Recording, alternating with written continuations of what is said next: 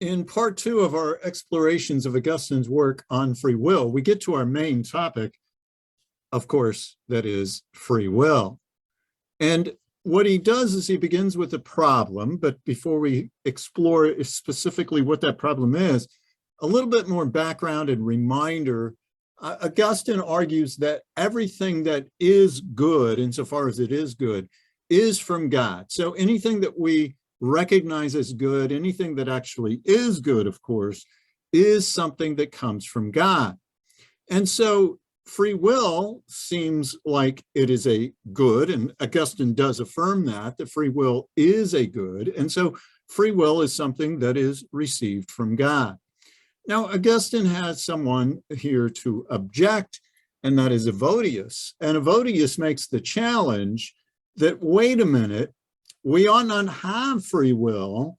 God should not have given it to us, since by it humans commit sin. We bring about evil through our free will. And so this is a problem. Now, an initial response from Augustine is that, well, free will is given to us so that we could act rightly, so that we could do the right things, so that we could perform just actions and love God of our own free will. Now, Evodius is not persuaded by this response, of course, and Evodius objects that free will should be more like justice, right?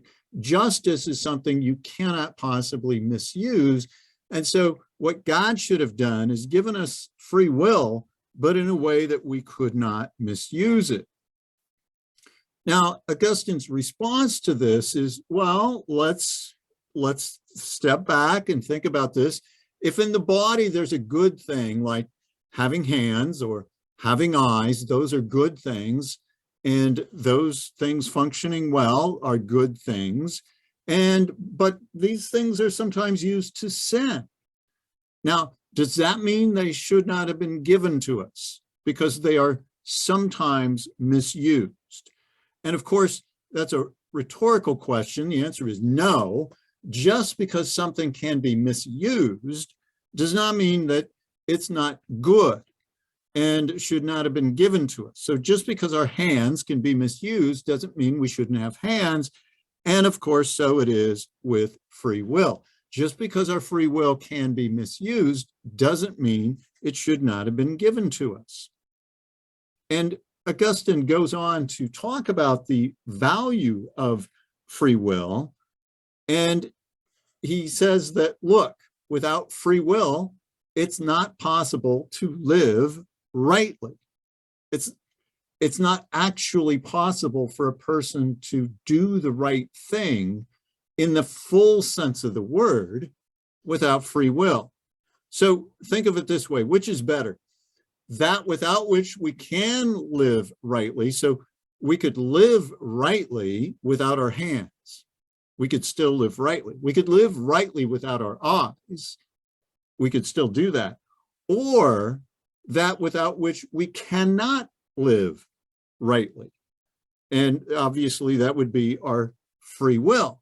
So our free will, having been given to us, is better than having received eyes or hands. So if we are grateful, if we have gratitude for our physical capacities, if we value those, the ability to walk around, use our hands, use our eyes and ears, of course, things that we do value, all the more we should be grateful for and value our free will.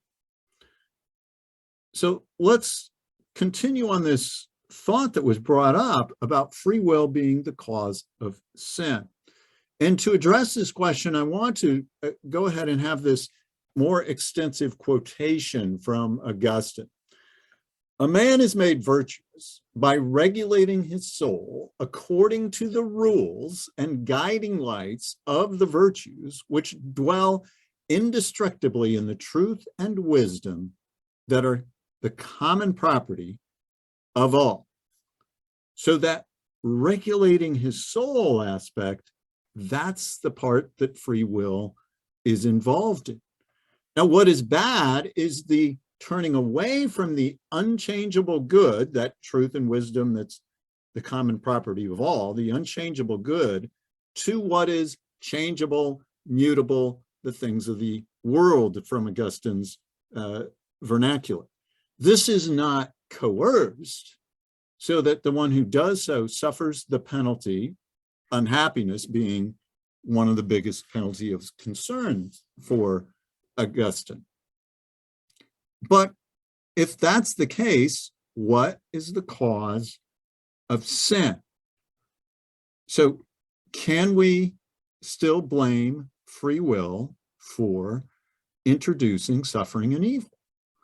And Augustine says, well, he doesn't know. Now, it's actually not a, well, I don't know, like I said it initially there, but because he says it's not due to his lacking knowledge. Actually, what causes sin is technically nothing. Since evil is a privation of good, it is a lack of good. Let's explore that idea a little bit more. Evil being a lack of good. So the idea is that no good can occur without God. So anything that is good comes from God. Nothing that is good can occur without God. Our free will functioning properly and acting rightly is a gift from God. But if you take away all good, and then nothing would remain.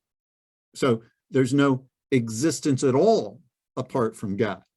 So what we call evil is a lack of good. So clearly Augustine is aware of people doing unjust things, of violating the commandments of God, again, from his perspective of committing murder and adultery and theft and so on. So we call those things evil. Now, what Augustine says, though, technically speaking, those things aren't substantive things. Evil isn't a substance to speak of. Evil is a lack. It's a privation. So a couple of illustrations that might help with this. One is with light and darkness. So we have light. Light is something that exists, and we can study light. We can talk about the nature of light. And then the lack of light is called darkness. But darkness isn't really substance, right? It's not really something. You can't be a physicist who specializes in darkness. That just doesn't make any sense.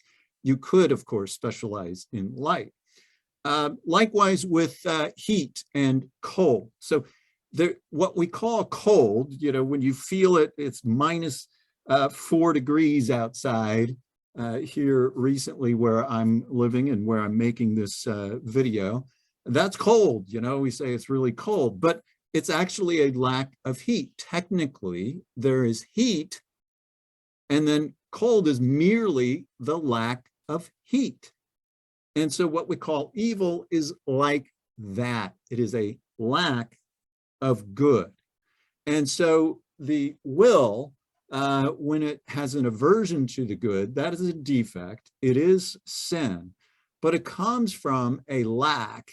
It comes from nothing. Now, the mind could be a slave to sin. And again, where Augustine is, of course, using Christian terminology here as a bishop.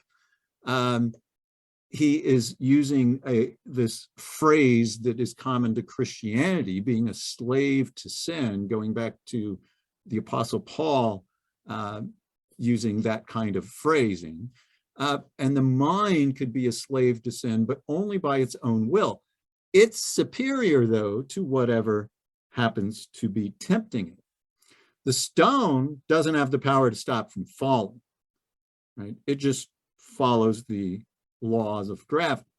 But the soul can stop itself from the natural course of pursuing what is good. It can abandon what is higher to pursue the lower. So if we were to put Augustine in today's 21st century vernacular on his view of free will, I think what he has to say in this portion of On Free Will gives us good reason to call him a libertarian. However, he defines freedom a little bit different than a contemporary a lot different than a contemporary libertarian would, but it does seem like he is assuming humans have what we have come to call metaphysical freedom or libertarian freedom. Now, God, of course, is the source of free will. Free will is a gift from God. God made our will.